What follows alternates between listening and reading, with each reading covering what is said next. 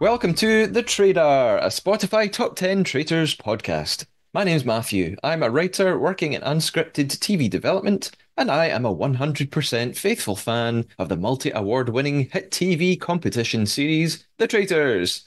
This podcast features deep dives into every episode of the show, as well as interviews with contestants. And this season of the podcast is dedicated to season 2 of The Traitors New Zealand. To help me discuss episodes 7 and 8 today, I'm joined again by David Bloomberg. Hello, hello, and happy 40th birthday. Oh, thank you. I'm not lying when I say that, although it is a few days in the past by now, but so yes, you celebrated a birthday while we waited, conveniently between Traders New Zealand episodes. So Yes, it didn't get in the way of our coverage, so it was very yes. convenient, very helpful. So yeah, for those who don't know me, besides wishing happy birthday to people, I have been covering reality TV for over 24 years, online, in newspaper columns, on my own reality TV websites, and on TikTok, YouTube, Instagram, Twitter, podcasts. Yeah, you name it. And I also want to say, Matt, I ended the last podcast by saying, see ya. And you're still here, which really surprises me. Yeah, I know. Yeah, I must have completely misinterpreted what you meant by that. Not possible. Not No. possible. So yeah, we're now in the second half of the season, episodes 7 and 8. Before we get to those episodes, I am gonna stop for a little news segment, which I haven't done in a while, a specific sort of awards focused version of TT News.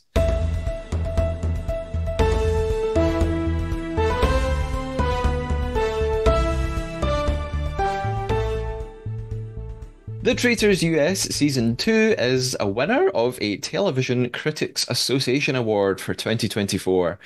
The awards began back in 1984, but the reality category has only been in existence since 2010, when it was first won by The Amazing Race, which I have talked about before on the podcast because I had no idea what it was. Last year's winner was the widely acclaimed Jury Duty. Yeah. Uh, Hold on. Didn't you make up a song for The Amazing we Race too, did or make up a something song. like that? Yes, yes, that's right. And by the way, Jury Duty, a top recommendation from me here in the UK. It's on Amazon Prime. Have you seen Jury Duty, David? Oh, yes. I saw it right away.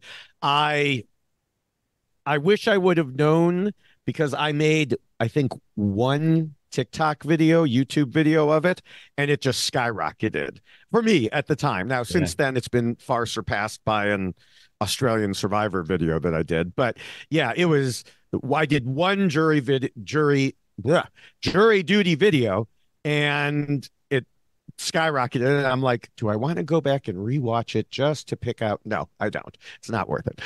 But yes, you can see its rise in popularity here in the US. Yeah, great show. And like I said, last year won this Television Critics Association award. And now The Traitors US Season 2 is in good company, winning that award just earlier this month. And also, the TCAA are often early predictors of Emmy winners later in the year. Speaking of which, The Traitors US Season 2 has now been nominated for 4 2024 Emmy Awards. The show has been named in the categories for cinematography for a reality program, directing for a reality program, where, by the way, it faces tough competition from Studio Lambert's other hugely successful show, Squid Game: The Challenge. Also nominated for Outstanding Host for a reality or reality competition program, which RuPaul has won every year since 2016. And finally, Outstanding Reality Competition Program, which RuPaul's Drag Race has also won every year since 2018, except one. So it's tough competition on those latter two categories, but RuPaul can't win forever as much as I enjoy Drag Race. The ceremony takes place on Sunday, the 15th of September, and I'll keep you posted on any wins for the Traitors US. the Traders US won for best casting, I believe, last year. Yes. And what I read was they were not nominated this year because they were not eligible because they used a casting service instead of in-house Oh, people. So I thought okay. that was interesting.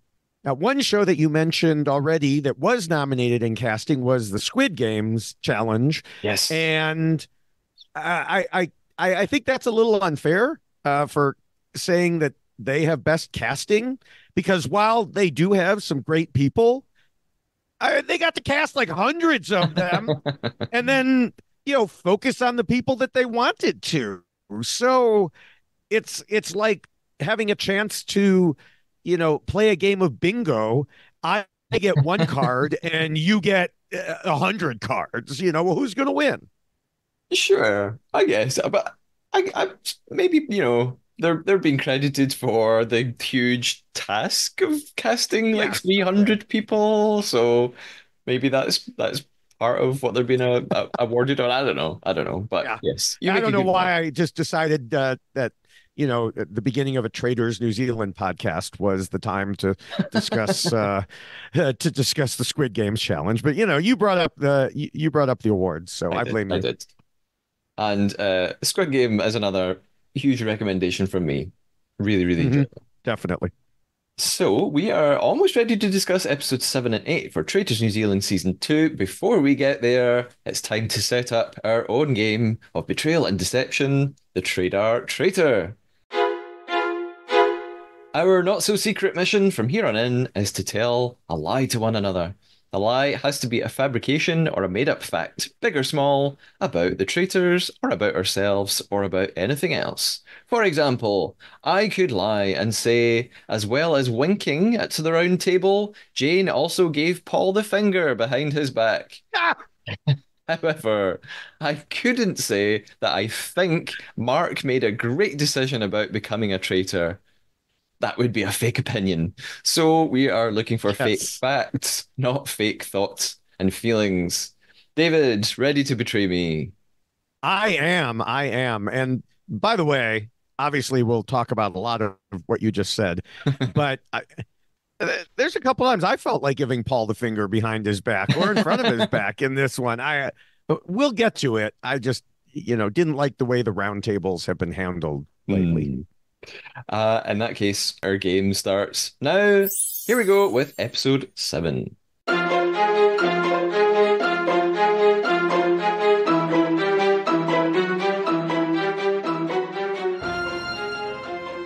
We start the episode with a recap. So, what happened last time was Mark has been making enemies, especially Kat by the looks of it. The winning Hmm. challenge team chose to have a banishment rather than a murder, even though banishing a faithful would result in a loss of money, which is exactly what does happen when poor Stephen ended up banished. And the episode finished with Utah and Bailey seemingly teaming up to focus on Mike as the next traitor. At breakfast, then, well, we already know there isn't going to be a murder because of the outcome of the challenge in the last episode. So I Yeah, was, yeah, which is why I'm annoyed that they bring them in two, three at a time at this point. Just bring them all in. yeah, you're right. There's nothing to really anticipate. Although I even watching it, I kind of took me a minute to remember that there wouldn't be a murder. But yeah, there was nothing to really wait for. Yeah. Um, Kat has no idea who to trust anymore because she feels she really messed up with Steve. They overwhelmingly banished Steve, and of course he was a faithful.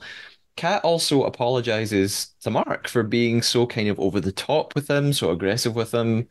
And Mark says he's going to change his behavior. He realizes that, he's a target now for a lot of people and he has to play differently. Ben Well, he says, even he even he even said he deserved it. yeah. And she says it wasn't. I don't know. We talked about that last week. I mean, I think they were both in the wrong. I I don't know that I would say that he deserved it. I would not agree with him on that.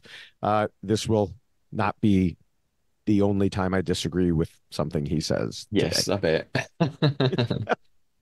Uh, Ben also talks to Mark. He tells him he doesn't think he's a traitor, but that he has been playing as a bad faithful. And again, that's something that you and I have talked about, Right. not just with Mark, with various players across seasons. Right. Now wait, who is this person that you said this? I He is the real player, Ben, who has been featured heavily in every episode, and we definitely know. I know who he is. yes. But in He these next two episodes, he becomes a bit more he prominent. does. He Yeah. yes. Yes, out of nowhere, springing from the shadows, Ben to the rescue. Yes.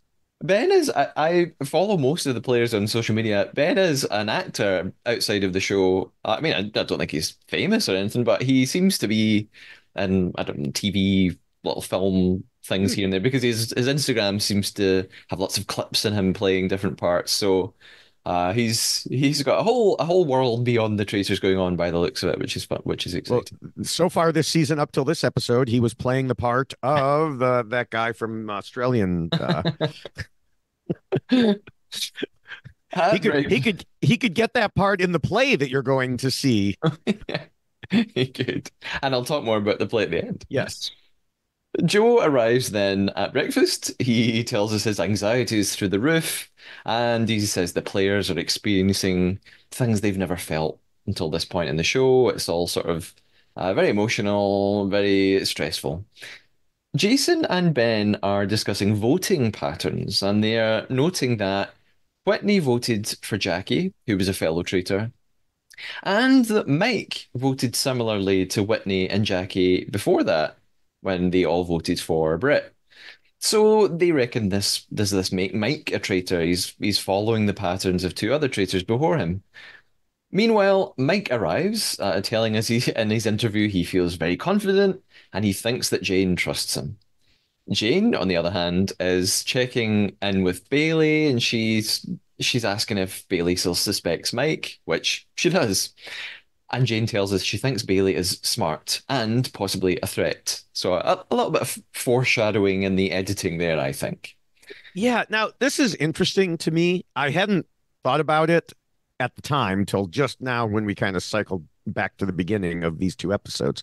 But later we will hear from Bailey. Spoiler alert, that she had suspected Jane as being a traitor for a long time. Yeah. But yet here she tells Jane that she believes Mike is a traitor. Why would you tell someone who's a traitor that you suspect someone else of being a traitor?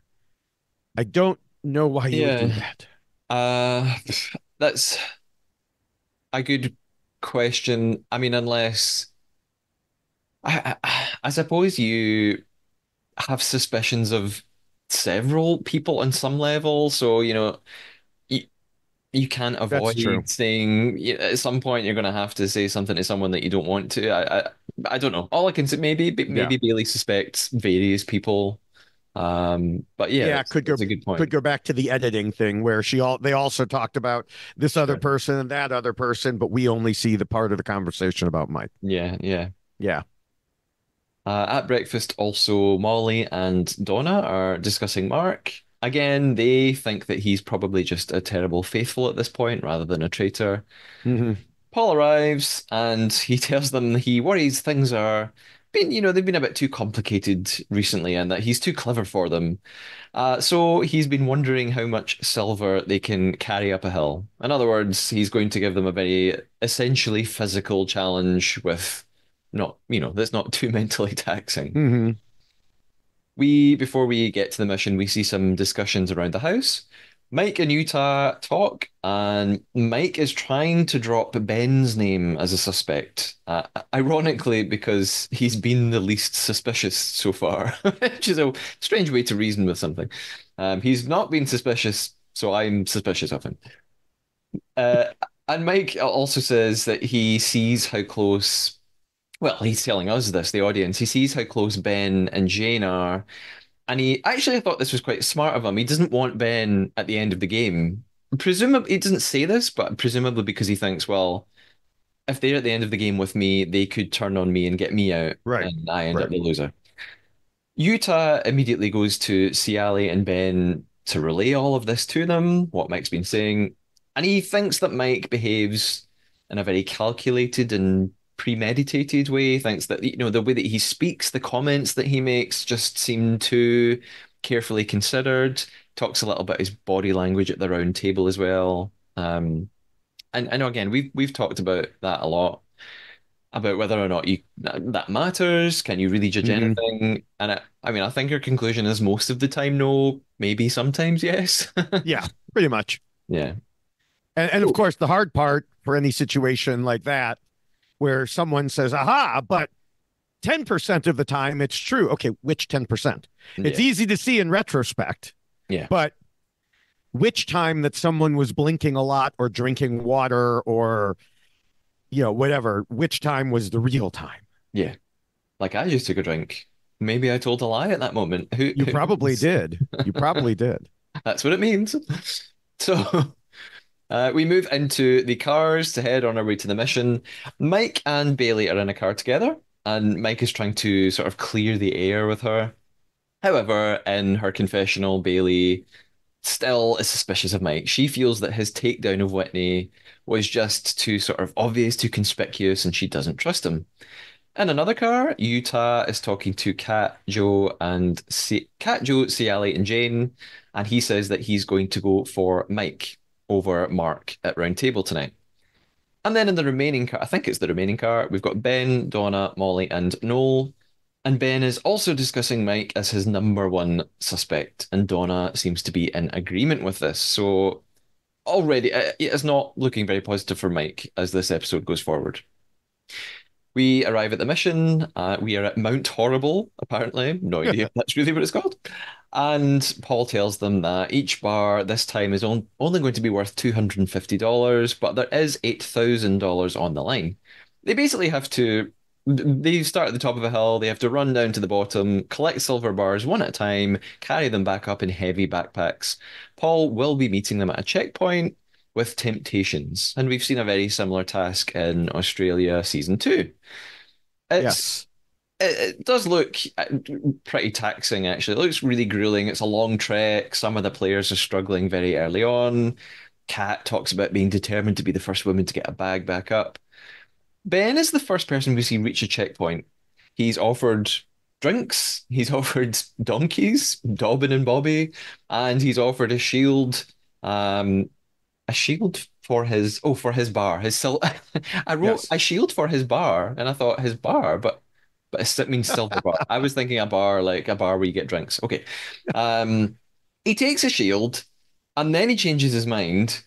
And again, it's something that I feel that we've talked about throughout this season because it's happened in various manifestations that players are often offered decisions and they have to think, should I do the thing that's technically more likely to help me get to the end of the game, or do I do the thing that makes me look like a nice person or makes me look like a friendly, lovely, Mhm. faithful, like in the first episode when two players were offered Right. money.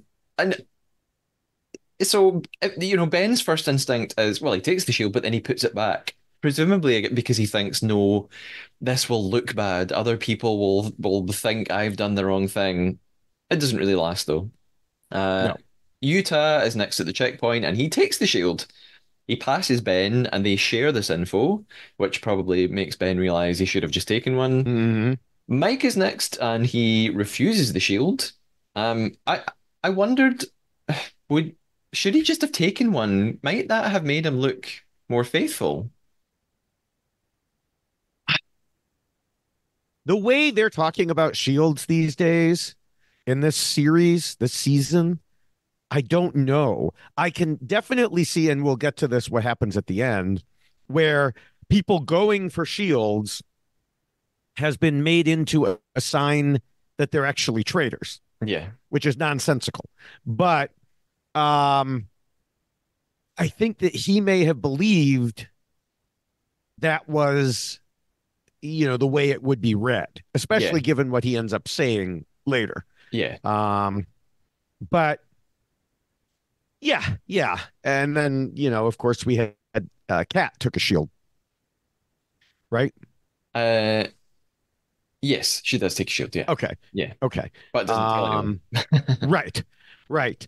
Um, and so it's yeah, it's an interesting situation where if he had taken the shield, I, I feel like it still would have been used against him differently. I mean, there were already people leaning against him, and they would have been like, well, Utah took the shield for a good reason, but Mike took the shield to try to look like Utah.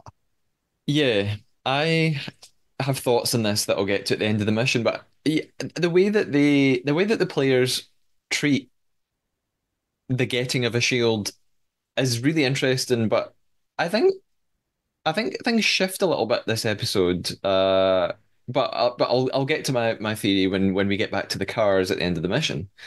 Um, Interestingly, Cialy and Noel both refuse a temptation, and I wondered if maybe players Well, like yeah, sorry. yeah, on you go. Uh, sorry, I thought as I interrupted you, I realized you were about to say it probably, but I think Noel probably didn't bother because he He knows doesn't he's need not it. going to be. Yeah, That's he doesn't need exactly it. what I was. Yeah, exactly what I Yeah, thought. That he doesn't need to worry as much about a shield yeah, because he's probably not going to get murdered yeah. because the traitors like keeping him around. So if that's the case, I guess that was maybe it was smart of him to Hmm. do that because there wasn't really much of a point, and he's right. And yes, Kat also takes a shield, but as we see as the episode goes on, she doesn't really want to tell anyone that she's done it. Bailey, Donna, Molly, Joe, Jane all refuse the temptation. Jane falls over, which she seemed fine, so I can laugh. She seemed Yeah. okay with it. Mark and Jason are the next to refuse. Mark really genuinely looks like he is about to die, but God love him, he tries really hard. He does well. Ben then takes a shield on his next trip round. Mike makes a second trip by the end of the challenge, and he lets everybody know that he didn't take a shield. And, well, actually, sorry, before we even get there, he Mhm. says, I think in his interview, that he didn't take a shield and he doesn't think that anyone else did either. Of course, he's completely wrong about that.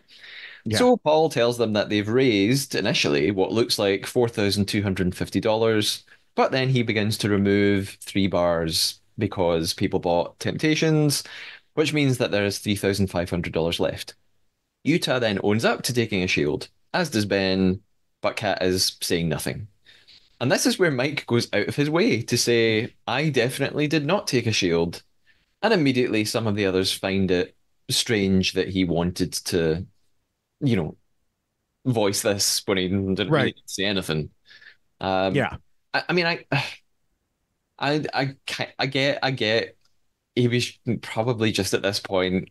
I think at this point he probably knows his name is on people's minds and he's just struggling and probably does a silly thing that actually makes him really conspicuous, and ends up contributing to Yeah. the downfall. Yeah. But Especially the I definitely did not. Not just I didn't. It's I definitely did not. yeah, Uh okay. yeah, but protesting too much. Yes. I mean, he's telling the truth, but it's Yes. just doesn't need to say anything. We're in the cars then, and this is what I've found interesting is that Ben shows off the Oh, shield, and the other people in the car seem like quite impressed by it, and they're saying, "Oh wow!" I, up until now in the season, yeah, going for a shield actively was seen by most of the players as a hmm. negative thing, and they frowned on it. But now, I just think it's a personality that I think they just all like Ben, so they just decided we like you, you're popular, and the same with Utah. They like him and they see him as a kind of natural You leader. mean they don't like Mike? Yeah. So Yeah. exactly. So I just They think do like it Ben. depends on Yes. who takes a shield that it can just influence the way other people choose to then suddenly behave. So yeah, before now I thought Yeah. other people took flack for it, but Ben and Utah, oh, we like them, so it's okay if you do it. Right. By the way, I wanted to mention, I should have mentioned this when you were talking about the Temptations. Uh, I thought they were all weird except the Shield because they're not on Survivor. They're not starving. Yeah, So yeah. who cares if there's a rack of ribs there? You're gonna, from everything we hear, other than a not great breakfast, the traders players generally get pretty well fed. And they had Although I McDonald's guess a couple of days ago. I know, right? They could have had a McRib. Um, and this group doesn't have a chaos agent like a certain person who is in the Traders Australia Yeah, season 2, who's just like, I'll throw money away for a beer. yeah, Um, and so I don't know. The whole thing, other than the shield, the whole thing was silly, in my yeah, opinion. yeah. I thought the same. Like, I mean, I guess when they did this in Australia, and I don't know what time of year they felt. I mean, maybe if it's like, 100 degrees and they're sweltering hot, and Yeah, but they maybe, gave him free water. well, exactly. So the only thing I thought maybe someone will take the donkeys because it's like would make life a little Yeah. bit easier, but yeah, I agree. The only no one thinks of anything other than the Mhm. shield, really. Right. And by the way, since you mentioned The Amazing Race earlier, Mm. anyone who's ever been on or even seen The Amazing Race knows that leading a donkey where you want it to go, it's not going to be as easy as you think. Okay. Even if it can carry the backpack for you, good luck getting it up and down that hill in the same amount of time that a person could do it. Okay. So also, again, speaking of going up and down that hill, I did think it was interesting that as far as I could see, all the backpacks were the same. They were all weighted the same. Because, like, if this were a show like Survivor, they would weight those with a percentage of each person's body weight Hmm. to make it more fair. So the lighter people wouldn't have to carry the same weight as Yeah. the heavier people, the Yeah. stronger people. Okay. Um, but on the other hand, this also isn't a competition of one against another. So maybe that's why they didn't bother doing that. Yeah. Yeah. Sure. Meanwhile, in the car, Kat is still not owning up to taking a shield, and Mike is repeating in his car with Mark and Utah. It's very strange in a Scottish accent, that word, Utah, that he didn't take a shield. So, it was weird when he said it the first time. It's weird again when he's saying it now. Really? I didn't. I didn't. I definitely didn't. Okay, we get it. Kat, Molly, and Donna are talking about this exact thing in their car and reiterating how strange they found it all. Bailey briefly brings up Mark to see how people feel about him tonight, and Cialy, again in his confessional, says that he doesn't think it's Mark anymore. So, again, Right. I thought it was quite clear in the editing of this episode where everything was heading. I wasn't Yes. really surprised by the outcome. But before we get to Roundtable, we're back at the house. Mike takes Noel aside. He claims word is that people are going for Mark tonight. And Noel sort of just tells him, well, actually, I've heard people discussing you, Mike. Yeah. And especially for this whole, not, I didn't pick up a shield at the mission. And Noel also says that Bailey is the one leading the charge against Mike. Uh, I I wrote here that the bros meet. I'm called the bros are Utah, Ciali, Jason, and Ben. Although they are Mhm. then joined by some of the other players. So they're joined by I Kat, see. Bailey, and Jane. And it's reminding me so much of kind of a spoiler here, right? If you've not seen US season two, it's really a spoiler. It reminded me very much of Pete. Was that the Bachelor guy? Yes. When Pilot Pete Pete. was sort of becoming this self-appointed leader of the faithful. And I mean, Pete was a lot more annoying than Utah, but Yes. it reminded me of that, which made me worry for Utah. I think appointing yourself as a kind of leader of the faithfuls is not a very good long-term strategy because I mean, tonight Utah has a Hmm. shield, but it's just a really great way to make yourself a murder target, I think. Um, It is. And I'll have more to say about how I think he's doing in a positive vein mm. by the end of the episode 8. Okay. I mean, he's probably not being as ridiculously obvious about it, Yeah. and He and actually then knows how to trying. play the game, unlike Pilot Pete. Yeah, and he's not trying to like secretly befriend the traitor and make an alliance with Right. him and stuff like this. Yeah. So Utah is gathering everyone together because he's rallying them against Mike, basically. And again, he's talking about his shift in demeanor, his death Hmm. stares, as he calls them. And Utah then recognizes that if he gets Mike out and Mike is a traitor, yes, he's making himself a traitor hunter target. And Jane says that's what happened to Britt, which is kind of right. Yeah, I just made a note here that I think Utah needs to be really careful. Like he's in a room with five other people. He Hmm. doesn't really. He thinks that Mike's a traitor. He doesn't know that Mike's the only traitor. Right. I think players do sometimes get careless about what they say around who, especially when they're in a room with, more than two people. Yeah. And in this case, he is in the room with another traitor. And in fact, it actually cuts to Jane in her interview saying Utah is a threat. Mike is talking to Mark and Molly. So many M names, Mike, Mark, Molly. He's trying to allay their fears about what he said about the shield. He's claims to be so faithful. And I'm paraphrasing, but he's claiming to be so faithful, he's willing to sacrifice himself for the good of the faithful.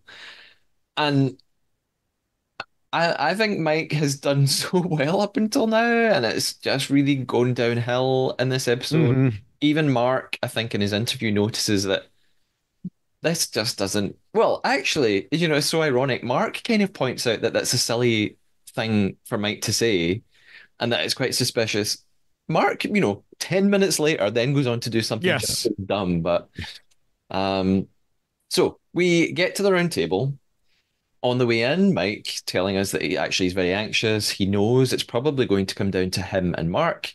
And we hear Utah saying again he wants to take Mike down. Paul tells them the prize pot at this point is $38,000 and reminds them that three people took shields rather than adding to the prize pot. So, he's trying to stir things up and make them turn against one another. But I don't Yeah. think that's actually something that anyone really cares about at this point. Especially for $250. Yeah, it's not too much. Yeah. Not that if anyone wants to send me $250, by the Well, way. that's true. Yeah. Yeah. So Utah begins the discussions, and again he's targeting in on Mike straight away. He talks about Mike's demeanor shift. That at the start of the game he was very quiet, then he became very vocal when he wanted to get Whitney out. Now he's gone back to being quiet. Mike tries to defend this. He says that he's playing an honest game. He's saying that since that he talks about the night that he thought he was probably going to get banished. That changed everything. He says every day since then, it felt like it's a bonus to still be here. I think he's implying that, I'm just glad to be here, so I'm just going to play really fearlessly and honestly. Hmm. Um, Utah goes back to Whitney. He says, I noticed that she gave you a look at Round Table that night she was banished. It was a look of betrayal. And I mean, it probably was because it was a betrayal, Yeah. but Utah, as we see, I think in the next episode, really likes over analyzing people's body language and little small facial expressions and things. Kat agrees with this observation, as does Cialy, who then asks Mike, well, if you're not a traitor, who are you suspicious of? And Mike doesn't really have an answer. He says, oh, well, I was suspicious of Bailey, but uh, I'm not really anymore. Cut to Bailey then saying, well, I'm not really convinced by you. I'm still Yeah. suspicious of you. And Jane is sitting back, realizing that she probably really can't save Mike, and that if she tries, she's going to look suspicious. So she's just very, Yep. very quiet. And Utah keeps going for a while, is very insistent with his accusations of Mike.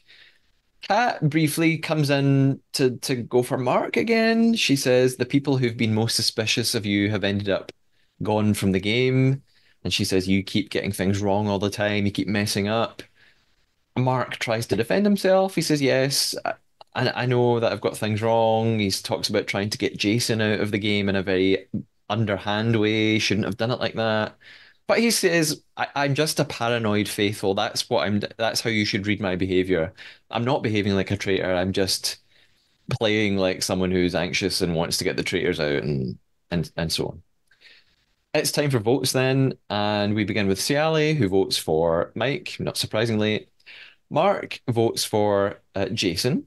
Sort of random rogue vote Like, yeah. as we get. Well, he Uh, made it sound, I didn't understand what he said because he almost, the way he said it was almost like he knew Jason wasn't going to get any votes, so he didn't want to vote for someone who might get votes. And I don't remember exactly his wording. That was the impression, more an impression I mhm. got, especially the way Jason laughed it off, too. Yeah, yeah. Uh, yeah, I, I I think Mark just sort of, you know, marches to the beat of his own drummer and all that. Just Yes. playing the game in Yes, his he own special does. way. After Mark, I mean, it's essentially a landslide for Mike. Yeah. Jane is next and she votes Mike. And then it's Kat. She says she wants to vote Mark, but she doesn't have the numbers to do so. On it goes. Everybody just votes for Mike from here on in. By the time it gets to Utah, it means that Mike only needs one more vote to go, and the next vote is Jason. He votes for Mike, and Mhm. everyone else after that. Mike in between this, Mike votes for Mark. Everyone else votes for Mike. Yeah. Uh, I do want to comment on what Kat said because, again, this season, the players have an understanding of how to play the game. yeah, If we're a random, US season or, definitely Australia, but, or some of the others, Kat would have voted for Mark. yeah, And it wouldn't have mattered that she didn't have the numbers and that it would look suspicious to not go with the group and everything. But, Kat flat out says, I know I don't have the numbers. Okay, that's what you have to do in this game. yeah. Mike is then ready to give his speech. He stands up. He says, "It's been a pleasure to get to know you all. Please make sure you look in the places you haven't been looking. Wonder, what, he's trying to maybe use his last opportunity to get them to look at Jane. I don't, or maybe he's just playing the part of a faithful unto the very last minute and he's just having fun with it. No. I mean, it did sound like a jab at Jane, which I mean, it's certainly not as bad as some situations, we've seen and Mm, people have argued about in the early days of the traders. But come on, shut up. Why are you? I know Jane voted for you, but so what? I mean, yeah, if you're out at I this don't know. point, you're not going to benefit from what happens Right. next. So Yeah, I don't know. I don't know if that was his goal. yes, I don't know. I don't know why they let the traders say anything that would be at all a hint. I yeah, don't think they should. yeah. Well, this is maybe something that I can ask Mike about himself because I might as Yeah. well use this opportunity to say it looks like we'll have some of the contestants from New Zealand on the podcast. So things are looking good. I'm very much looking forward to that. Mike finishes his speech by saying, "I have and have always been a traitor," and Yes. off he goes. Utah, I did like the dramatic pause there. I have and have always been. And people are like, oh no, yeah, a yeah. traitor. They're like, what? Yeah, it's good fun when they Yeah. mess with the others right before they Yes. go. When they ham it up. So Utah goes wild. Mark is shook. He says that is the most surprised I have ever been in Mhm. this game. Jane is loudly congratulating Utah. They're having a great time. They as they move off into the house, they're still celebrating. They're ecstatic. Um, it's funny. The more I become used to the show and watch it, though, I do sort of think there's no point in celebrating that much. Like the traitors are just Right. going to keep coming, so you've not really done yourself any favors. Yeah, I know. I'm sure that while you are there, and this will happen again, I will talk about this again in a few minutes with another person. Um, while you are there, I really do think it is hard not to get sucked into the mindset us versus them Yeah, yeah, instead of me versus the world, which is really what it is. And so, yes. And the other thing is you have to celebrate because if you don't celebrate, you you're look going to get bad. called Yeah, out yeah, because of that same group mindset. But yes, now you have gotten rid of someone who everyone knew was a traitor, and they're going to recruit someone who nobody knows is yeah, a traitor. yeah. Great job. You know, um, so yeah. Now, the other thing was that I thought was funny. You mentioned Mark said a couple of times that he was completely surprised, and I was thinking I was the opposite of surprised. To me, this was a very anticlimactic episode. Yeah, We saw this coming a mile away. yeah. And Mark then gets out his little notepad. On one hand, I want to scream, Mark, stop it. On the other hand, it's great TV and I don't want him to stop it. Yeah, He he says that he thinks he now knows who the remaining traitor is and he knows what he wants to do. And when he said this, I'd sort of rolled my eyes and thought, Mark, you've got no idea what's going on. Actually, as it turns out, for yeah, right at the last minute, Mark probably did know what was going on all of a sudden. Um, so they've banished three traitors at this point, which means they pretty much know there's probably only one left, unless they started with five, which maybe right. we talk about this a lot. We don't. It depends what season of the show we're talking about. So I think in some seasons they've told them there will be between three and five. I think some seasons they're told nothing. But yeah, they all seem to universally agree. Right, there's one left. Um, Mark thinks that he is going to be recruited and then sacrificed. He also thinks Utah is most definitely a faithful and can't be murdered tonight because he has a shield. So he Mhm. passes him a note on the way to when they're all going off to bed. It's I love it. It's so mad. It's so sort of murder mystery. I Yes. really enjoyed this little moment. And there's also just a couple of really funny, like moody shots of Mark slouch. He's silhouetted, he's slouching in the darkness. He's like some sort of defeated detective. I really enjoyed the way they filmed him here. So we get to the conclave, and of course, it's just Jane. So Paul arrives, and there is a bit of a twist here. It's something that I don't think I've seen Hmm. before. He tells, I just thought he was going to say, right, recruit someone, and they don't have a Right. choice.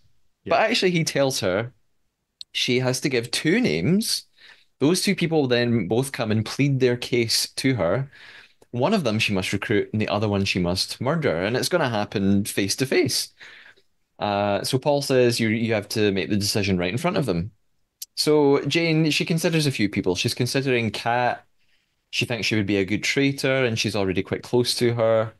She thinks Yeah. about Which, by the Mark. way, when she says she thinks Kat would be a good traitor, I was like, what? Did you not see her explode at Mark and multiple times and then have to apologize and everything else? And I'm like, no, sorry, Kat would not be a good traitor. Yeah, I don't know why. I mean, I guess maybe she just thinks Kat's she's clever, or she thinks Yes. we're close, so that will make us a good team as Hmm. tracers. I'm not sure. She talks about Mark. She says, obviously he's got lots Right. of heat on him, so it would be great to just recruit him and presumably then turn on him and Hmm. get him out. She thinks about Joe, but then she says, "Well, Joe's stated that he wouldn't want to be a traitor; he'd be a terrible traitor. So maybe she could recruit him, get rid of him really quickly because he'll be so bad at it." Yeah. Um, she talks about Bailey. Bailey's really smart. She and hasn't had any heat on her. I'm assuming what she thinks as well. Maybe I should recruit someone not to banish them straight away, but just to Right. actually have a good Right. traitor to stick with until the end. So we move outside rather than in the conclave. It's actually a bit more dramatic outside. I think it works better to film it out here. Yeah. Because the conclave just sort of looks like a set. It's just a sort of a room that's done up somewhere.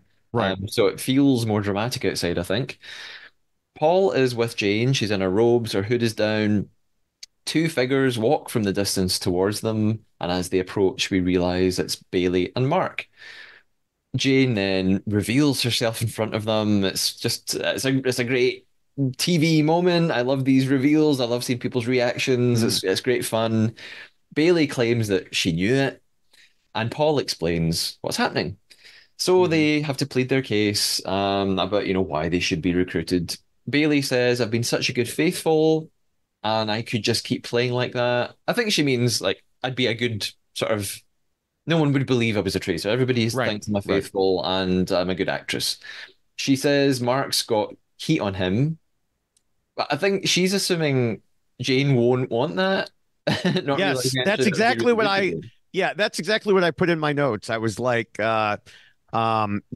she said Mark would be easy to banish, and I was like, I'm not sure that's a mark against him, Yeah, yeah. know? Which is funny because that make at this moment that made me think, oh, Bailey, you're so sort of innocent and sweet, and you don't realize what you have to do. An, Yeah, an hour from now, I have a totally different impression of Bailey. yeah, Um, so Mark then has to, put his case forward. He does this thing that actually I really loved. He says to Jane, "I wrote a note all about you being the traitor, and I gave it to Utah. So if you murder me." You're sort of damning yourself because everybody thinks that Utah is the most reliable, faithful, the most faithful of the faithful, hmm a phrase that we've heard yes, in other seasons. Um, and so everyone will be really suspicious of you if I go because that's what Utah will tell them. And if actually, when Mark said this, I thought, is he making all of this up? And this is a really clever lie. It turns out he's not making it up. That really is what right. his note. But I thought if you're lying about this is really smart. Um, Yeah, I also thought it was funny because usually the traitors blackmail the faithful, mm, and in this case, it's a faithful blackmailing a traitor. yeah, And I mean, it's almost as bad as saying "see ya" to someone, yeah, but not quite, not quite. yeah, Um, so at this point, this very specific point, I thought this is the best thing Mark's done all game. This is so clever. That then changes.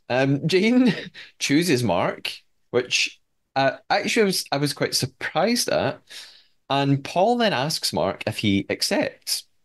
I think he's going to say yes, of course. But right. then he says, "What happens if I say no?"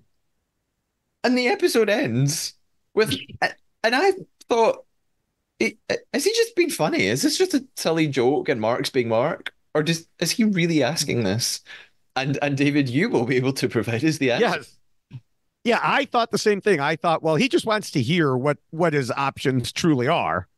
Which is one thing Stephen in so much trouble, but that was in front of an audience. So and then yeah, we start out and we begin episode 8 without an answer to his question. We're at breakfast as Molly, Utah, and Joe talk and come to the easy conclusion that Mark would be a perfect recruit. Utah reveals the note that Mark gave him and reads it to them, which, by the way, it's not, at least the parts we hear are not as damning as Mark had made it sound.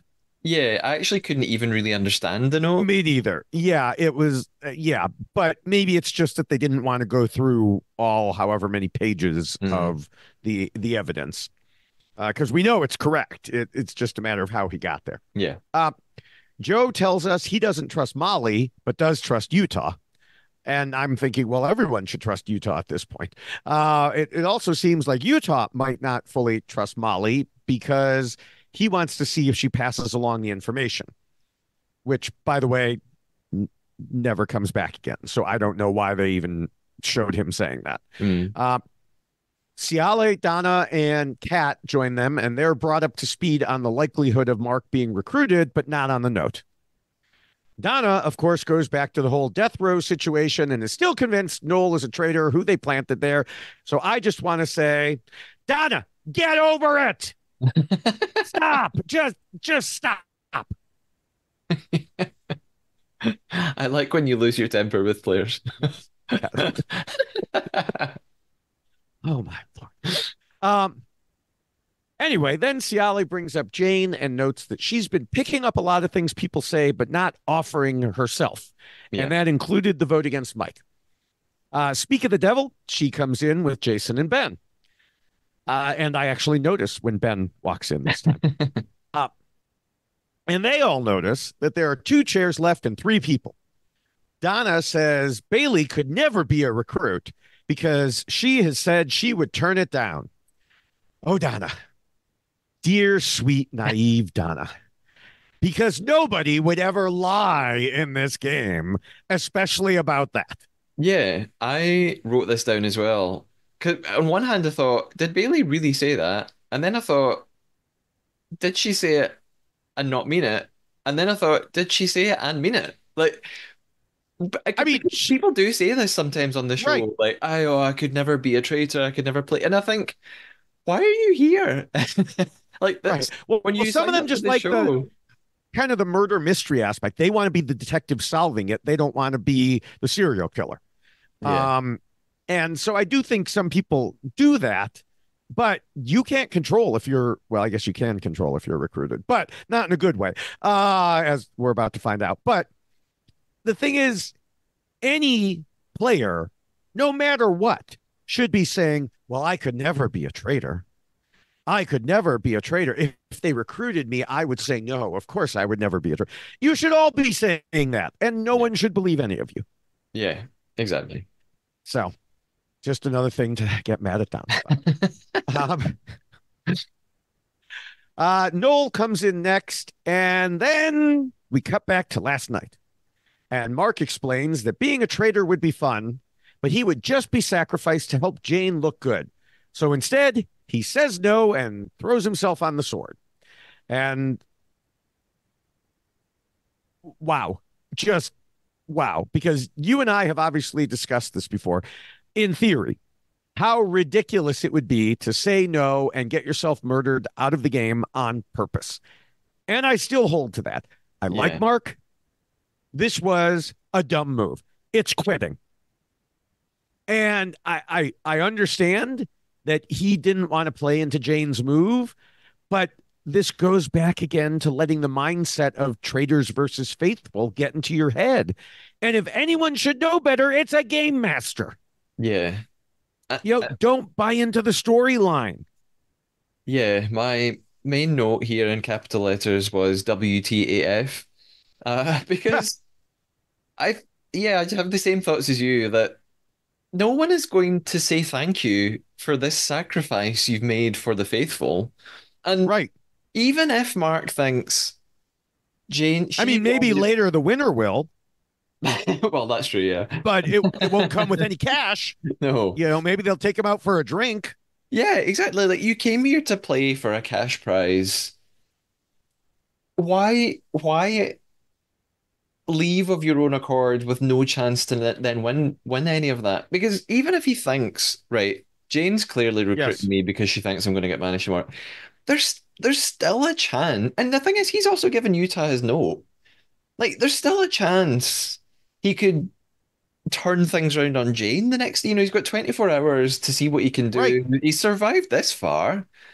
So even if he gets banished tomorrow, it's no different. He's going to leave. He's going to be no worse off than he is right now, just quitting. Why not take the chance of try and stay in it and see what you can do? Yeah, the game is about winning yourself. It is not about the faithful winning. Again, we saw this in US seasons 1 and 2. And we, get this out of your head. And again, Mark should know better. And maybe he would have been banished. Yeah, maybe even probably. But even a 99% chance of getting banished is better than 100% of leaving when you quit. Yeah, And the thing was, we know he doesn't know, but we know they were starting to consider him more likely a bad faithful than a traitor. yeah, And like you said, he gave the note. So he could have come back and said, hey, I know I told you I was most likely to get recruited, but they didn't. Jane must have known that I was most likely and therefore didn't go after me. yeah, yeah. Anything would have been better. So, yes, I share Paul's irritated, take him away order that he gave to a couple of hooded extras there. Yeah. I mean, the only justification I had for Mark was, yeah, maybe he just thought, do you know what? I'm a TV fan, I'm a gamer. I Yes, could kind of go down in history for this, like Traitors I history. really do think I'll be that's what was. memorable and people will talk about Yes. it and it'll be like a really cool thing that people will remember about this season. So that's kind of I worth it. given the way he has acted up till now, smiling all the time, being just so excited to be there, I don't think he was ever necessarily there for the prize money. Yeah. I mean, he wasn't like Noel outwardly saying it quite as blatantly, but he was there to have fun playing a game and making an unexpected move. Yeah, here we are talking about him, and other people are talking about him. Some people are out there like, you're a legend, Mark. Oh, no. And I understand, people watch these shows for very different reasons. But if you're watching a strategy show, this was obviously the worst possible strategic move. And I do not endorse it. Yeah. I didn't think you would. No, yeah, yeah. So, and the thing is, up till this point, let me just continue here. Um, he had been saying some of the right things. Last episode, I got two, or not last episode, last week, I got a couple of, little TikTok, YouTube videos out of him talking about the game. Like we had mentioned, where he talked about, I'd be disappointed if my name wasn't in some people's mouths because you want to be suspicious, but not too suspicious. And so, he had the right strategic thoughts there.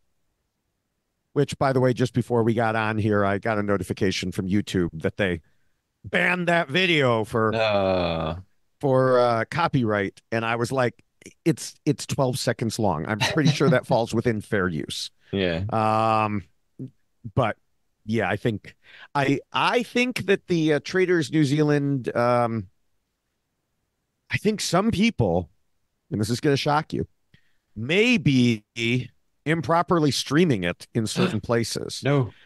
And yeah, and Never. I think that I'm since this is not my first video that's happened with. I think that YouTube is on the lookout for such things, and I'm getting, my little 12-second videos are getting hit in the crossfire here. Yeah.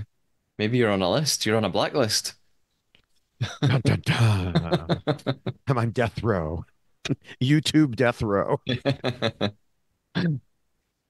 So anyway, getting back to the now markless game, needless to say, well, I guess it's not needless to say anymore. Bailey accepts, despite Donna's certainty that she never would. And then Bailey walks into breakfast and feigns joining the surprise when the others tell her Mark was murdered. Donna leads them in a toast to Mark. You know, no word from Kat in terms of whether she's happily joining in that toast. Paul comes in and goes back to knocking off Mark's portrait from the top row with his cane. So now he's run out of different shticks to use to get the portraits down. He has to do a rerun there. Shticks and sticks. Yes, yes. After breakfast, Ben and Molly talk. Ben knows the game and believes there must have been a blackmail. And Molly says he probably refused for, well, surprisingly, the reasons he did refuse. Yeah, yeah. Molly has a dead-on read there. Utah fills in Ciali, Jason, and Joe again about Mark's note. Or sorry, Joe again. The other two are new. Joe is the one that's again. And they also discuss Jane's behavior and asking questions, but not contributing. Meanwhile, she's doing exactly that in a conversation with Noel. Ben and Molly also discuss their Jane suspicions, and Ben says he's had them for a while, but wants to stay close to her, so she'll take the two of them to the end, and then they can banish her. So apparently, in the quietness that has been Ben, he has been playing a game similar to what, God, I've forgotten his name. Who was the one that was doing that with Jackie earlier? Andrew. Andrew. I was thinking Adam because there's a different player in a completely different show named Adam. But yes, Andrew, uh, which is my son's name, so I should remember that one. But he, he knew that Jackie was a traitor, and he went overboard and said, "I know you're a traitor, but I want to stick with you." Ben hasn't done that, but Ben's been playing the same game. We just haven't seen it until now, all of a sudden. Well, he did Uh, mention it once before, way back at the start. This is why I hmm. remember Ben. In episode 1 or 2, he said, "I think Jane's a traitor, and I'm going to stay close to her." And then we just never heard anything else about it for 7 episodes. Yeah. But this is why he was sort of always. I was always aware of Ben in the background. Okay. Well, you were more aware than I was. Um, uh, so Jane pulls Utah aside for what he says is the first time all game. She mentions Ben, and Utah knows they're in a tight alliance, so it makes him even more suspicious. Then there's more Jane discussion in the cars on the way to the mission. And, just more of the same. So they arrive in a spooky looking room with giant lighted crystal balls on three different tables and pictures of each of the murdered faithful. They're split up into three tables, and each team must select a player, and then their quote unquote spirit will be asked a random question. The current players must match the ex player's answer to get a silver bar. And I think I've mentioned to you before, probably in our UK Survivor discussions, that this is a typical US Survivor type of competition. The team with the most silver bars will win shields as well. Team one is Jane, Noel, Ciale, and Utah. They choose Mark, and the question is who they trusted the most in the game. Team one says Steven, but Mark says Utah, which should have been pretty damn obvious since he gave Utah the notes just before being murdered. Yeah. So that one was a gimme, and they blew that one. Team two has Bailey, Donna, and Ben. They choose Wiramu, who is asked who is in danger. And they say it's Donna, but he says he thinks Britt is in danger. And my first thought is, don't these spirits talk to each other? Because Britt's already gone. But then I realized, oh, they were asked the questions when they were knocked out of the game, not now. Yeah. That's the exact question when I realized that as well. Like, Mm-hmm. oh, they haven't asked them all this yesterday. They asked them at the Right. point they were knocked out, which I just thought this whole mission. Don't mean to jump ahead and steal Yeah. something you might be about to say, but Noel says in a few minutes, "Cool idea, not so helpful in practice," and I just thought Right. the exact same thing. Like, Right. it just, I just thought it was a almost impossible mission to get most of them right. Like, guess what these people said a week ago. Uh, Like, Right. how are you going to remember who was there and who thought what about it? Yeah, Yeah. I mean, I it's thought it it's didn't work along out. this. It's along the same lines as the one where, oh gosh, who was it that had been murdered? Who assigned different characteristics to each of the players? The Yeah, snakiest, the whatever, and they had to determine who got each label according to the way he had been thinking. I think that was Winamu as well. Oh Maybe. yeah, yeah. Sure. Yeah, yeah. It was So too difficult, I think, actually. yeah. So we get to team three, which has Joe, Molly, Cat, and Jason. They choose Britt. She is asked who is a traitor. They pick Steven, but she says Utah. So basically, these spirits are as accurate as every psychic on the show. Um, team one next selects Janae, who I barely remember was even on the show.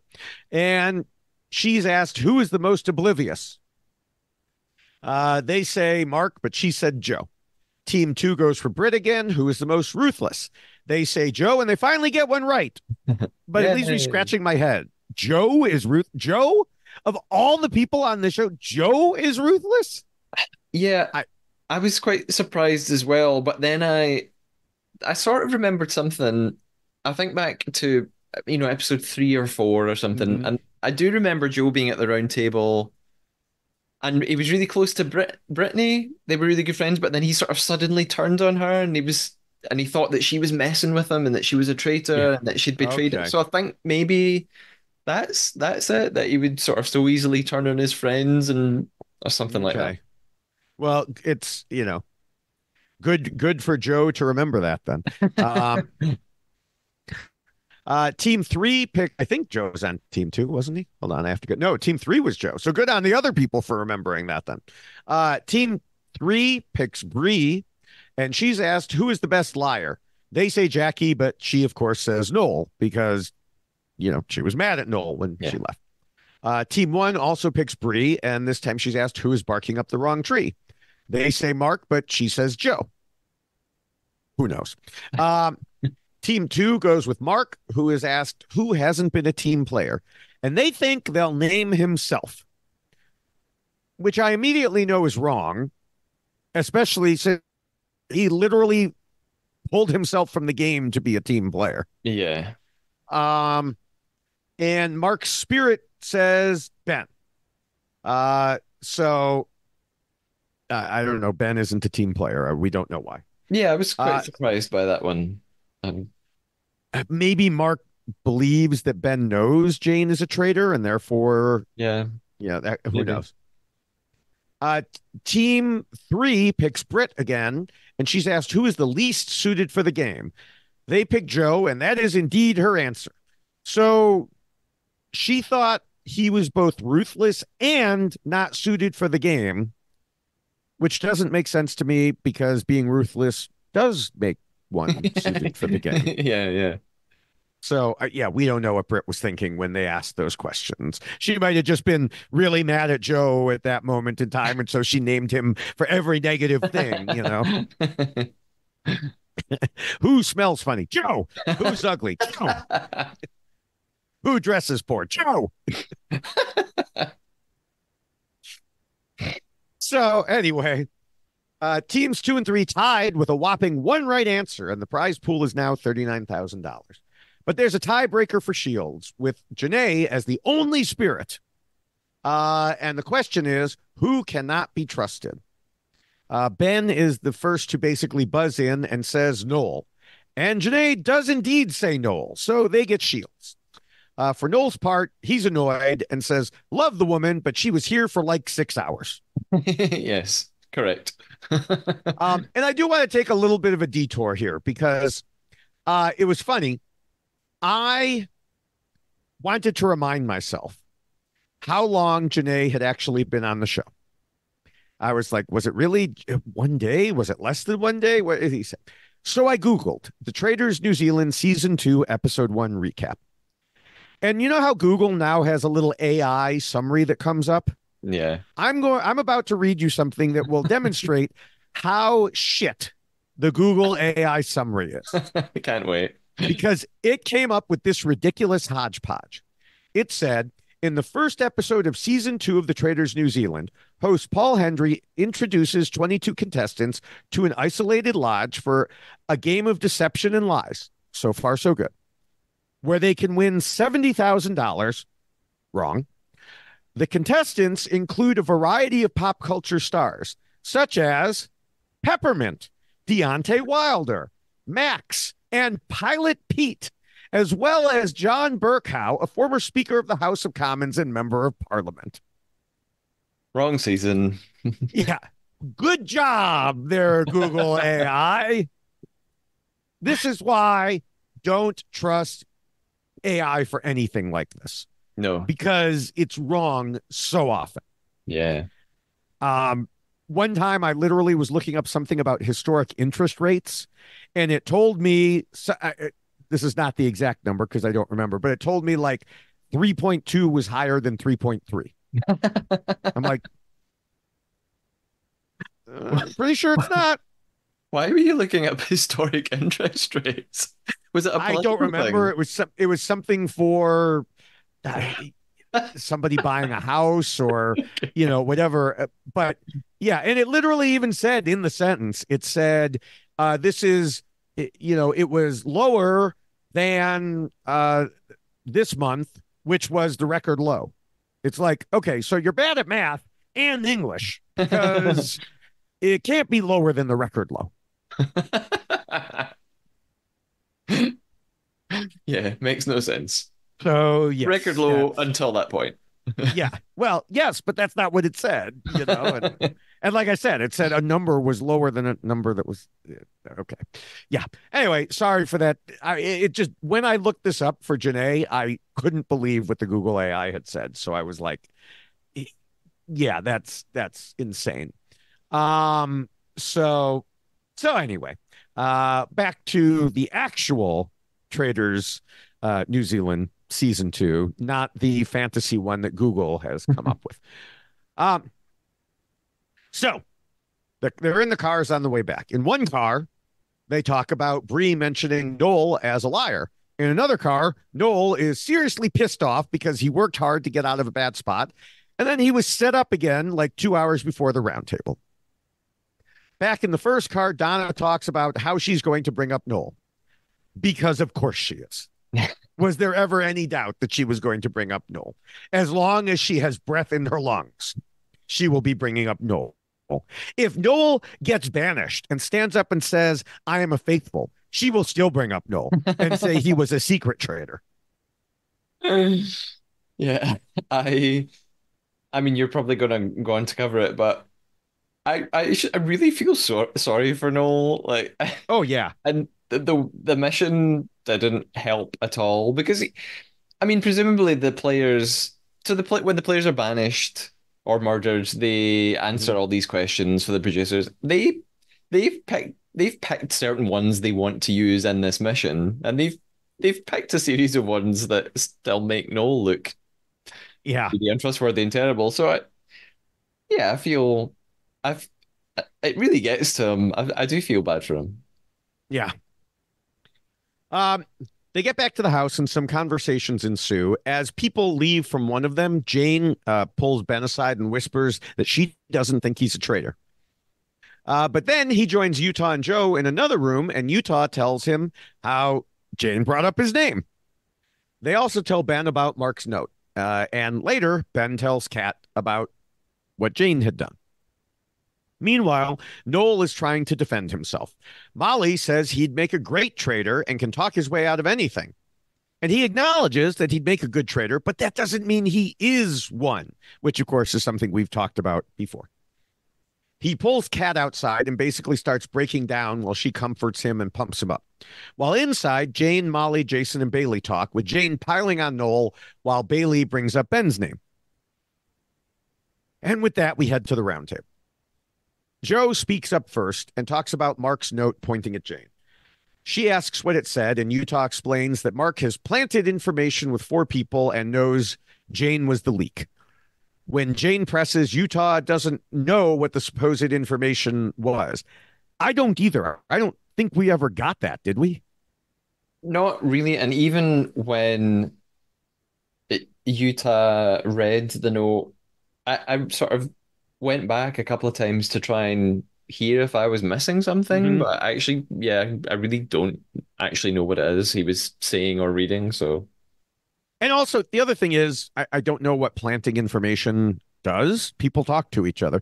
The only information planting that I can recall was something that was true, was something that happened kind of by accident on UK season 2, where a faithful person either said something to or one of the traders said something to them. And then the other one of the traders used the same phrasing. And so the mhm. person was like, huh, that's odd that those 2 people Yeah, would use that same phrasing like yeah, that. yeah. But that's not the situation we're talking about here. Noel doesn't think Jane is a traitor, which leads to uh, a pile on with people talking about him and throwing random stuff about his relationship to Mike. And then, of course, Donna has to bring up Death Row. Donna, seriously, shut up about it already. Um, Joe says if he's still there tomorrow, he's going for Noel. Noel tries to ask why, but Joe says, "You'll find out." Donna asks who Joe is going for now, and Joe says Jane. Ben jumps in to ask Jane if she's mentioned his name. She says she doesn't think so. Utah relates what happened earlier, and then Ben talks about Jane's whisper to him. So Jane is basically caught between her two chats there. Bailey says some things, but they don't really seem to hurt or help the cause. Jane calmly insists that she's 100% faithful and adds if they want to vote for her, fine, but they'll be voting out a faithful. Which, by the way, this reminds me because something similar is going on with Big Brother, US Big Brother right now. We always see them say that. Well, yes, but you'll find out. I'll stand up there and you'll see.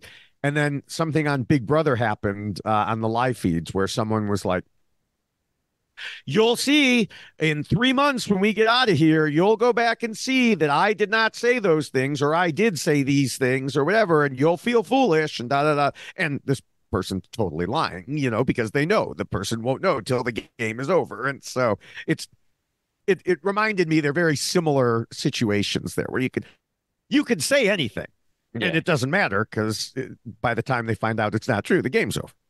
Um, so um, Utah says a mistake every trader has made is not giving a strong other. So who is hers? She says she mentioned it already today, Noel. And then Paul puts an end to the discussion. And I mentioned earlier, I feel like Paul has terminated conversations earlier than I would have expected a number of times this season, including both of these episodes. Now, maybe it's just the way it's edited, but we see him kind of coming back in the room. Like he doesn't seem to circle ominously like some of the other hosts do.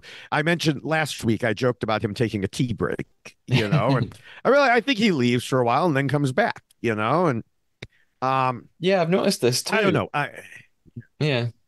It's So and I've thought the exact same thing that quite often it feels like the discussion is still going or could be about to change and then it's cut off. And yeah, maybe it is just editing, but I'm sure it's not. I'm sure it's not actually Paul's decision. I'm sure he's got an earpiece and right. some producer is Yeah. saying, "Okay, now go stop it." But yeah, it's been It would be it's funnier if really it was stood just out to whenever me. Paul got, Yeah, whenever Paul's bored, he's yeah, just like, "I've had enough." yeah, I'm done with my tea. I'm going to go back in there. Yeah, I'm tired. I need a nap. Yeah. So at this moment, I am thinking Jane is toast. And Jane is toast. Everybody votes for Jane except Donna and Noel, and of course, Jane herself. Donna votes for Noel because, well, she has a one-track mind, and quite frankly, it's been derailed. Uh, Noel votes Molly because her demeanor shifted and he's tired of being a scapegoat and thinks Jane is a faithful too. And boy, this is not going to help his chances tomorrow, is it? No. Jane votes Noel, but it doesn't matter. So Jane gets up and says she didn't tell them, but she was a UK police officer for 25 years. So honor and integrity, but not in this game because she's a traitor. And they all celebrate. Yay! 2 in a row.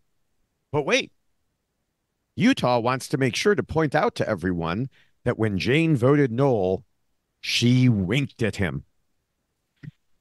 And yes, Noel, the reason I said yes is because of the look on Matthew's face right now. Yeah. He just face palmed big time. Um, uh, Poor and Noel. yes, Noel is so annoyed and tells us they may as well put him in a coffin at this point. I went back and checked. And yes, she did indeed wink with him. This is not Utah making something up. Yeah. And of course, we know it was nothing more than an acknowledgement, but everyone else sees it as being as bad as telling someone, see ya. Yeah, no, it's not Noel's fault what Jane did. And also, Right. I think, I don't, maybe I'm completely wrong and listeners can tell me if I'm misinterpreting this, but I think it's maybe kind of a British thing. Like, I know people wink everywhere, but I feel Yeah. maybe it's like a because Jane's English, it's like maybe a little bit more of a cultural thing to give someone a little wink to just, I don't know, be friendly or be like, hey, no Yeah. hard feelings. I don't think. I mean, well, obviously it isn't some sort of ominous symbol because he's not a traitor, and I don't think she's trying to like land him in it and make him look bad before she goes. I think Right. she's just trying to be nice. Yeah. Like, hey, it's just a game, wink. No, Yeah. no, don't worry. So as they break up into groups after the roundtable, Noel tells Kat and Bailey he's thinking of quitting at that point. Bailey says she's on his side, and he tells us he trusts her than anyone. Yeah, about that, Noel. Yeah, it's things are just getting worse and worse for Noel. Yeah. Um, in the alliance, what you basically called the bros earlier, Utah is talking to Ciale, Jason, and Joe. Apparently, Utah was the only one out of everyone who saw the wink. Even so, in a separate conversation that we kind of flip back and forth to, Noel says uh, that he, well, he did not see it himself, even, but he believes Utah. So even the guy who's making an accusation against him, he believes him. Back in the alliance talk, Utah says he feels like Noel is similar to Mark, a bad faithful, not a traitor. So if that's the case, who is the traitor? They all assure each other it's none of them, but even if it were, the goal is to get to the end. At this point, I'm like applauding. Yes, go Utah. Uh, and he adds, the goal is to get their alliance to the final five, even if there's a traitor. Get to the end and then figure it out. Have I mentioned that I love the players this season who understand the game? Yes, I have mentioned it. I will mention it again. I will also make a TikTok of this moment, and hopefully it won't get, banned on YouTube. Mm. Bailey goes to the Traitors Conclave with just Paul. And Paul says she must blackmail someone. And of course, we don't find out who that will be. The end. The end. Yes, yes.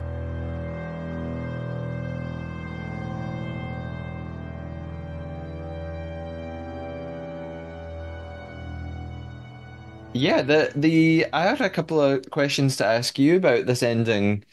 Firstly, someone so someone else could conceivably refuse Bailey's offer, like Mark Yes. did. So what happens then? I mean, I don't think they can play with one traitor because it's a very unlikely, but she could end up Well, back. then she'll just have to recruit a new one. I mean, they'll blackmail until they get someone. Yeah, that's the question really. Is that, you know, Hmm. well, if she offers it to someone they refuse, does Paul just come back to her and say, "Oh, they refused, pick someone else," and they just Yeah, keep I think going? so. Yeah, Yeah. Um, yeah, because yeah, the alternative is there's one traitor playing the game, that traitor gets right, banished, then what? That right. they're not they don't want a show called The Traitors with no traitors. Yeah. You've said it before. So then do you have any predictions? Who might she go for? I think that based on what she told Noel, I think she's going to go ahead and blackmail him. It's a win-win for her because if he's banished, it doesn't tell the faithful anything new. If he's not, oh God, it's not a win-win for us because if she picks him and he's banished, Donna is going to just be going, "I knew it, I was right all along, I knew it." But anyway, uh, if he's not, well, then she's proven her loyalty to him by presumably helping to save him, like she said she would. And maybe they'll actually kind of stick together till the end. So that's my prediction is Noel. Yeah, I think that's most likely. Um, and yeah, probably the smartest thing to do. Pick Mhm. him, watch him get banished next episode.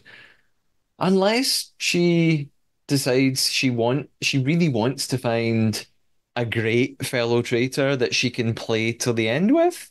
So maybe she picks someone that she genuinely feels will be under the radar. Like someone like Ben, maybe she picks Ben and thinks, or Utah. So And who remind me who has the shields here? Ben, Donna, and Bailey have shields. Something was said earlier. I think it was episode 7. They said someone said something indicating that shields, that at least they believe shields protect you from recruitment as well as murder. um, And I'm not sure if that's true or not. I don't think that's true. But the thing is, think about it this way: it protects you from murder. Blackmail is either accept or be murdered. But if you have a shield, you No, can't be murdered. yeah. So it's not a very effective blackmail. Yeah, that's true.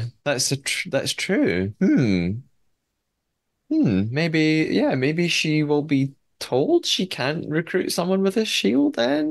Yeah. Yeah, I don't know. Or yeah, that's an interesting conundrum. Yeah. Uh, I don't know that we've ever fully gotten an answer as to that.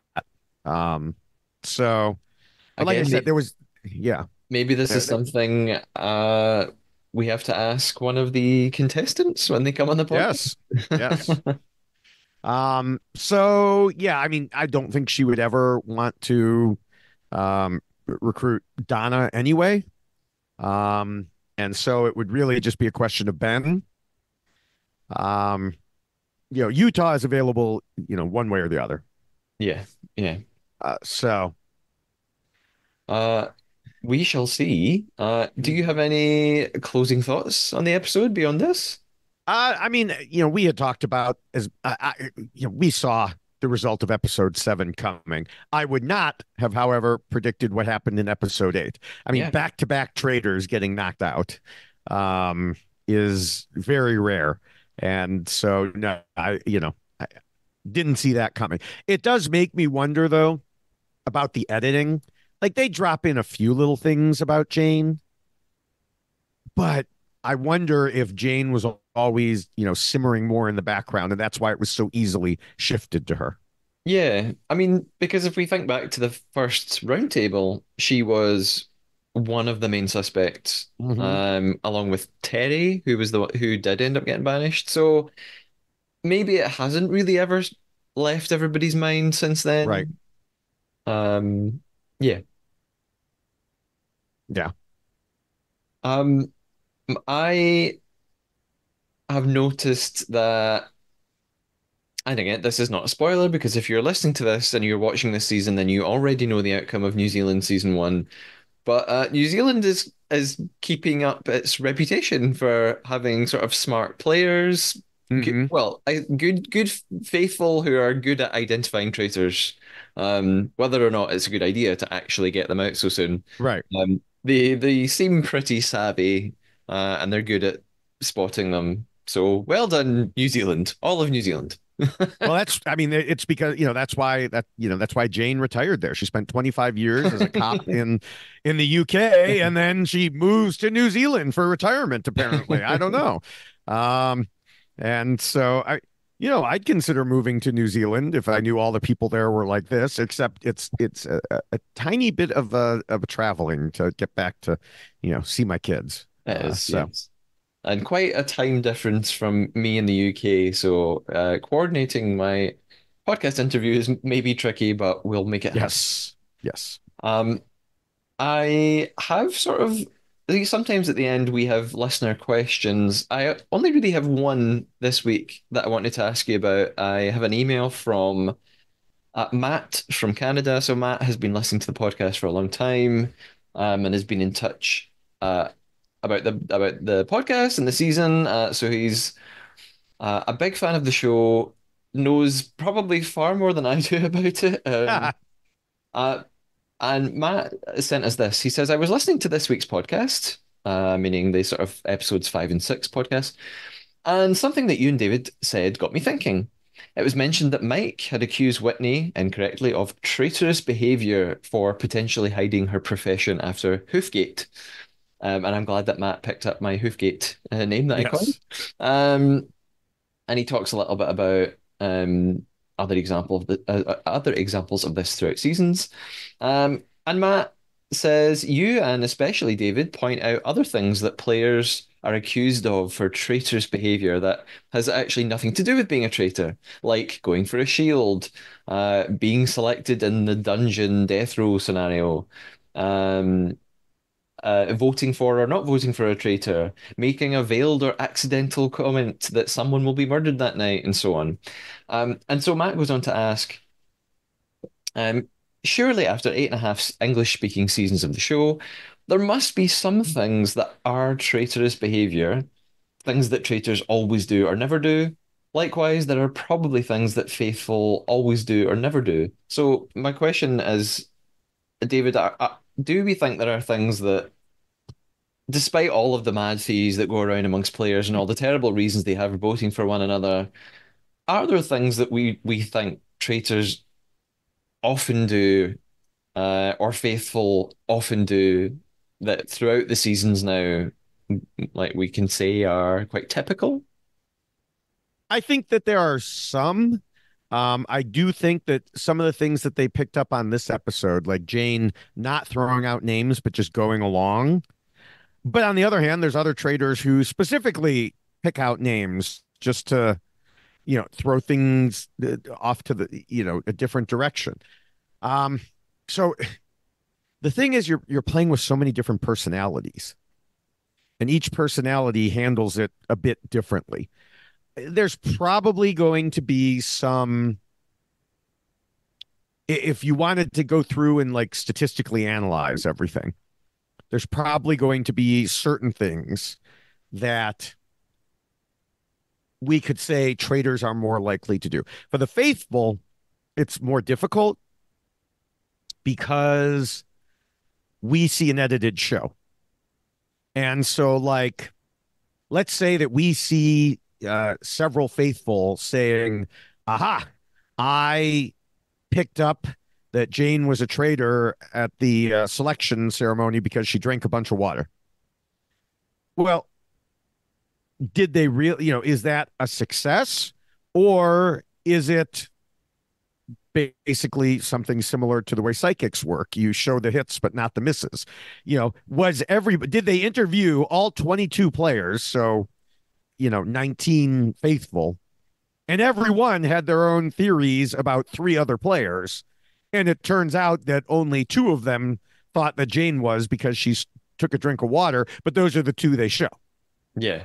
And it doesn't, they don't show it otherwise unless it turns into a big fight. Like US season 2, someone was certain that, oh, you must be a traitor because I heard Alan's cloak, moving when he was standing next to you, and it was totally wrong. So they show it for one of two reasons, I think. Either they're right or they're completely wrong, but it blows up into something. Yeah. And so all the rest of it, we don't get to see. So that makes it very hard to analyze. Yeah. I was gonna suggest the same thing that you began with, which is generally most traitors don't seem to like lead the charge on Mm-hmm. other players. Like they tend to get the get the gist of what the discussions are in the house, figure out what the temperature is, and mostly just sort of go along with what other people have already started. Again, there are obvious exceptions to that. Sometimes Yeah. traders decide to go, go after one another, and Mm-hmm. then look like heroes. Something else I've noticed that trader, and again, we're totally judging this based on editing and what we're Right. shown. It seems like traitors try not to sort of hang around one another too much. Like if there's three Yes. traitors, those three traitors won't obviously meet up and all go off to a room together. So I think they've got a habit of not wanting to look like they are conspiring with one another. So I think I've noticed that yeah, the traitors try to sort of leave one another alone Mm-hmm. and blend Which is in. funny because we've seen that accusation level. Like, oh, you spend a lot of time with Mike, and Mike was a traitor, so therefore you must be a Yeah, traitor too. It's like, yeah, no, I'm smarter than that. exactly. Um, and then actually something else that you just mentioned was the way that people make accusations. immediately after the choosing ceremony. Hmm. And actually, that's Matt who sent an email. Matt from Canada. I'm saying Matt from Canada because he signed off one of his emails. Matt from Canada. So Matt from Canada did so much more research than I could have had the patience for. He went back to old episodes and looked over what happens at the end of these choosing ceremonies, and he spotted patterns from what Matt seems to see, and again, based purely on editing choices alone, traitors don't seem very likely to immediately throw out accusations in that first episode. Usually, the Hmm. people who very quickly notice things about people's behavior at that first round table tend to be faithful. But if you want to know more about Matt's thoughts, he has actually started an Instagram page all about where he's going to analyze some of these things that we see throughout the seasons. So the page is at I analyze the traitors with an underscore between each word. I underscore analyze underscore the underscore traitors. And analyze is spelt with a Z or a Z, I should say. Analyze. The proper way. You should have just said the proper way. Well, the I'm not sure. So I'll put a little link to Matt's new Instagram page, and you could give it a follow. Hmm.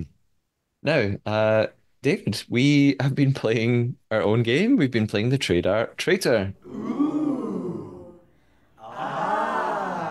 I have to confess that I have lied to you at some point during this podcast. Have you lied to me? I have. Okay. I Uh, also have to confess that I paid attention for the first half, and after that, I totally forgot to pay attention for lies. So would be a shame if my lie came in the second half then. So, if you came first half, it would be more of a shame because I didn't detect it in the first half. So, but so I'm screwed either way, is what I'm saying. okay, okay. I'll give you some thinking time then, and I'm happy to go ahead. Okay. I, I write down some options. I'm a very suspicious person. Lots of things you say, I think you're lying. Um, my Rude. options for what David lied about today. I wondered if you talked about some other seasons of different shows that I haven't seen. Thought those could be lies. So you mentioned The Amazing Race. You talked about the way that they weight the backpacks differently on Survivor, and I thought that could be true. I don't know. You uh Oh, when you talked about Googling New Zealand season two and the Google AI results were mad, I thought you could have invented that whole thing. You could have just written that, and it was an elaborate prank to fool me. I don't think so, though. I'm going to go for. But you've lied about something like this really similar before. Well, I remember way back when we started podcasting, you told me that you had two daughters and not two sons. Uh, and I think maybe your lie today was like along those lines. You said that one of your sons is called Andrew. Now, no one of your sons is called Matthew because he has the same name as me. I don't know what your other son's called. So I am going to guess that that was your lie and that your son is not called Andrew. Nope. He's called Andrew. No. Oh man. Okay. I was really quite confident there. So I actually think none of those were the lie. I think it's probably something else entirely. David, what was your That's lie? correct. When I said I said that the asking questions of eliminated contestants, that I said that's a common um Oh, they do. challenge on Survivor. And I even threw in there, I was like, oh yeah, I think we talked about this before, just to even add more to it, because I knew we had never talked about it before, because it's actually a Big Brother thing, not a Survivor thing. Ah, I It's quite trusted. I frequently just the final part of the final challenge for Big Brother. okay. I mean, at that point, I ironically just trusted you, and I thought, oh, Survivor. David knows his Yeah, stuff. Yeah, sure. We must have talked about it before. Okay. Oh, well done. You got me. thank you, thank you. Any Um, idea what I lied to you about? God, I can't even remember what you brought up that could have been. Um, you have all these options. I have zero. I have the opposite issue. I have zero options of what it could be. Um, It's going to end up being something from the show itself, and I totally missed it. So, go for it. I don't know. I'm going to be like Mark and just withdraw from the competition. Okay. Yeah. What would happen if I don't play the Trader Traitor? I lied about something in the show. I lied about something in episode 7. I said the donkeys were called Dobbin and Bobby, and they were not. God. I think they were called God. Dobbin and Nobby, which really made me laugh. So I just changed one of the donkeys' names. Oh yeah, I never would have got that. I didn't pay attention to that. Frankly, when he first mentioned the donkey, I must have missed it the first time because I didn't even notice the donkeys until someone said, I don't want to take the donkeys because I don't think it would be fair to them or something like that, Yeah. And so I certainly didn't pay attention to their names. Yeah. Paul actually said their name a couple of times. And so when I made up that Hmm. lie, I thought, David's going to know this because David takes copious notes. He's going to note down these donkeys' names, and I'm not going to get away with this. But hey, I did get away with it. Yeah, not this time. Not this time. So, I will finish with a little reminder of something I mentioned in last week's podcast that in London in a couple of weeks, The Strange Affair of Paul is a new play, part of the Camden Fringe. It's a comedy play all about a washed-up detective who becomes obsessed with why Paul from The Traitors Australia season 1 is almost completely edited out of the show. I will be there on Wednesday, 7th of August at the Hen and Chickens Theatre, and one or two other Tradar fans are going to be there too. So if you're in London and you can make it, come along. Wednesday, 7th of August. You can see links on the podcast social media page because I keep sharing them. As always, you can leave reviews and you can follow and subscribe to the podcast wherever you listen, iTunes, Spotify, YouTube, Castbox, whatever you're using. You can also send me questions or thoughts on the episode. You can reply to episodes on Spotify. You can also follow the podcast on Instagram, TikTok, and YouTube at the Tradar Podcast, or on X at the Tradar Pod, and you can email me at thetradarpodcast@gmail.com.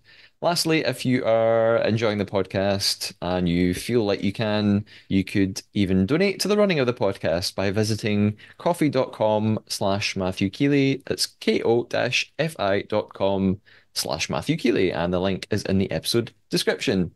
David, tell us all about all the wonderful things you do online. Yes, I am all over social media and reality TV podcasting. You can find all my various accounts through my link tree at linktree/David Bloomberg with the dot before the EE and Linktree in the URL there. Or you can find me directly on Twitter and Blue Sky as at David Bloomberg, on Threads as at David Bloomberg TV, and I'm at David Bloomberg TV there because they take that from Instagram, and that's what I use for Instagram, TikTok, and YouTube. Speaking of those three, I have ramped up production of videos again now that US Big Brother is back on the air. So I've been posting at least 3 reality TV short videos pretty much every day. Besides US Big Brother, there's a combination of The Traitors New Zealand when they get blocked by YouTube, which, by the way, I thought you'd think was a lie. And also The Amazing Race Canada, which actually has a team from The Traitors Canada, and that is Kevin and Gerline, who met on The Traitors Canada, became boyfriend girlfriend, and then went out to run The Amazing Race. And so they are known as the Sneaky Team. As a matter of fact, I posted a video of them stealing someone's cab. So, uh, so we'll see how you can see how they're doing. And yeah, so I make all those clips and post those, and you can subscribe to me on all those to make sure or make it more likely you'll get them. They have algorithms, so you never know how they're going to do it, but keep up with me there. And of course, I am back on the Rob Has a Podcast network with my Why Blank Lost podcast for US Big Brother. Last week I mentioned I had recorded a preview podcast just before recording that one. That, of course, has been out there. And then this weekend, there will be the first podcast about why someone lost, why the first player evicted lost. And we don't know who that'll be yet. Although, depending on the outcome of a new competition, yeah, I have a good idea who it will be, but, we'll find out. Okay, fantastic. And the link to David's link tree is in the podcast episode description as well. So you can find all of that fairly easily through there. I realized I should have said this earlier. I'm saying it right at the very end of the podcast, but uh, I'm going to call a prediction right now that I think uh, Bailey is going to win this season.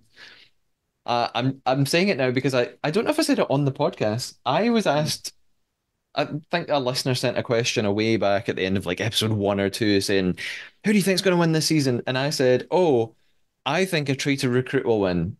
Yeah, So you had mentioned that. Yeah. I'm going to stick to it. I'm going to say, well, we've got our traitor recruit. She's doing well so far. I'm placing my money on I, Bailey. yeah, I was thinking the same thing. I think it would be hilarious if she recruits Noel and Noel ends up winning. Um, but yeah, I think, I mean, I had placed my money on Jane before. Yeah. But now I guess I'll just move one down the string here Yes. and say Bailey. Yes. And we only have four episodes left now. And of course, Right. about 3 weeks ago, we thought this was the last episode. Yes. But four episodes left. We're really getting towards the climax of the season. So we'll be Hmm. back for episodes 9 and 10. Until then, keep us on your trader. And stay traitorous as I leave with a wink and see ya.